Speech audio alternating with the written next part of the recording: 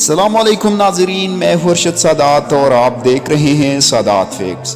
ناظرین، آج کی اس ویڈیو میں ہم دنیا کے سب سے خطرناک جیل کے بارے میں آپ لوگوں کو بتائیں گے اور یہ بھی بتائیں گے کہ اس جیل میں قیدیوں کے ساتھ کیسا سلوک کیا جاتا ہے۔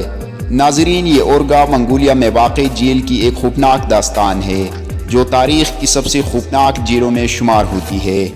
اس جیل میں قیدیوں کے ساتھ جو سلوک روا رکھا گیا وہ انتہائی وحشیانہ اور غیر انسانی تھا۔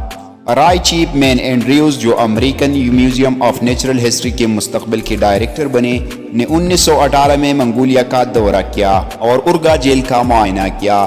وہاں انہوں نے ایک ایسی حقیقت دیکھی جو انہوں نے کبھی تصور بھی نہیں کی تھی۔